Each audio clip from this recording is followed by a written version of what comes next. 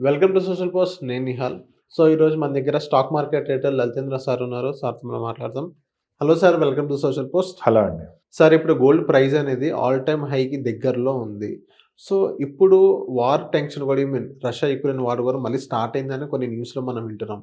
So, ఇప్పుడు అనేది మీ technical analysis ప్రకారం చార్ట్‌లో ఏం చూపిస్తుంది? సో, గోల్డ్ అనేది ఫస్ట్ ఆఫ్ ఆల్ రైజింగ్‌లోనే ఉందండి ప్రెజెంట్.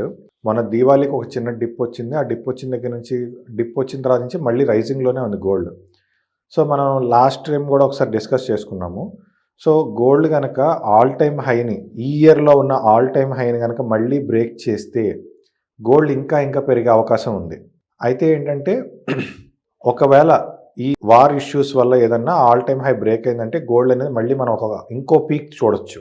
సో, లేదు ఈ వార్ టెన్షన్స్ అనేది ఏమీ లేకుండా అంటే మళ్ళీ అన్నీ సమసిపోయి అంత మంచిగా ఉందనుకోండి, అప్పుడు మళ్ళీ ఏంటంటే మనకి నెక్స్ట్ క్వార్టర్‌లో గోల్డ్ అనేది కొంచెం కన్సాలిడేషన్‌లో ఉండే అవకాశం ఉంటుంది. ఓకే. అది. సో, ఇప్పుడు కన్సాలిడేషన్ అని అనుకోవచ్చా? లేకపోతే పడిపోవడం అని చెప్పుకోవచ్చా? కన్సాలిడేషనే ఉంటుందండి. అంటే పడిపోవటం అంటే మనకి చిన్న డిప్ వచ్చినా కూడా అదేంటంటే మనం పడిపోయిందని అనుకోకూడదు. అది కన్సాలిడేషన్ అనే అనుకోవాలి. మనకేంటంటే డ్రాస్టిక్ ఫాల్ వస్తేనే మనం పడిపోయింది అని చెప్పుకోవాలి. సో, ఇప్పుడు జనరల్‌గా చాలామంది ఏంటంటే బంగారం ధర తగ్గిపోతుంది అంటున్నారు. పాపం జనాలు కూడా ఎప్పుడు తగ్గుతుందా అని వెయిట్ చేస్తున్నారు. జనాలు ఊహించే స్థాయిలో ఇప్పట్లో గోల్డ్ అయితే తగ్గదసల. సో, నెక్స్ట్ క్వార్టర్‌లో కూడా గోల్డ్ అనేది ఏంటంటే కన్సాలిడేషన్‌లో ఉండే అవకాశాలే ఉన్నాయి. టెక్నికల్‌గా చూసుకుంటే కన్సాలిడేషన్‌లో ఉండే అవకాశాలు ఉన్నాయి.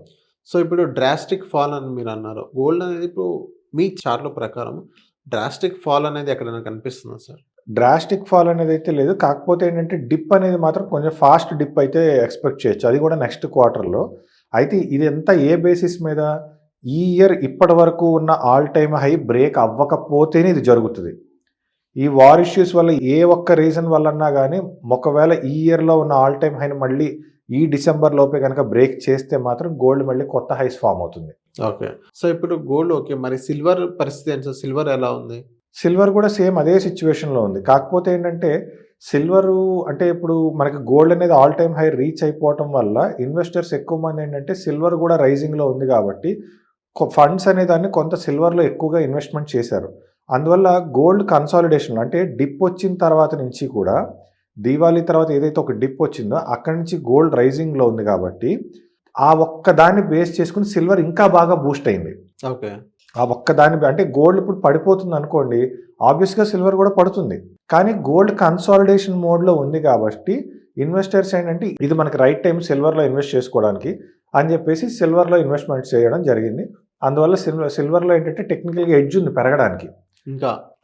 సో, అందువల్ల సిల్వర్ అనేది మంచిగా రైజ్ అవుతుంది. ఓకే. సార్, సిల్వర్ టెక్నికల్‌గా కొంచెం ఎడ్జ్ ఉంది పెరగడానికి అని అన్నారు. హ్మ్. సిల్వర్ పడిపోయినా గానీ అమాంతం అలాగే పడిపోయే అవకాశాలు కూడా మనకు కనిపించినాయి కదా అప్పుడు. అంటే మనకి గోల్డ్‌ని ఫాలో అవుతదండి. మనకి గోల్డ్ గనక పడింది అంటే సిల్వర్ పడేటప్పుడు ఏంటంటే గోల్డ్ కన్నా ఫాస్ట్‌గా పడుతుంది. ఓకే. సిల్వర్ అనేది గోల్డ్ కన్నా ఫాస్ట్‌గా పడుతుంది. ఓకే. అది. నార్మల్‌గా అయితే స్లోగానే ఉంటుంది. అక్కడక్కడ కన్సాలిడేషన్ అవ్వచ్చనంటారా సిల్వర్? సిల్వర్ ఇప్పుడు అంతా రైజింగ్‌లోనే ఉందండి. సిల్వర్ కన్సాలిడేషన్ ఇప్పట్లో ఏం కనపట్లేదు. రైజింగ్‌లోనే ఉంది సిల్వర్ అనేది. ఓకే. కాకపోతే ఏంటంటే ఈ పొలిటికల్ టెన్షన్స్ వల్ల ఏంటంటే గోల్డ్ రైజ్ అయితే సిల్వర్ కూడా ఇంకా రైజ్ అవుతుంది. ఓకే. అది. సో, థాంక్ యూ సార్ మా సోషల్ పోస్ట్ వచ్చినందుకు. థాంక్ యూ అండి.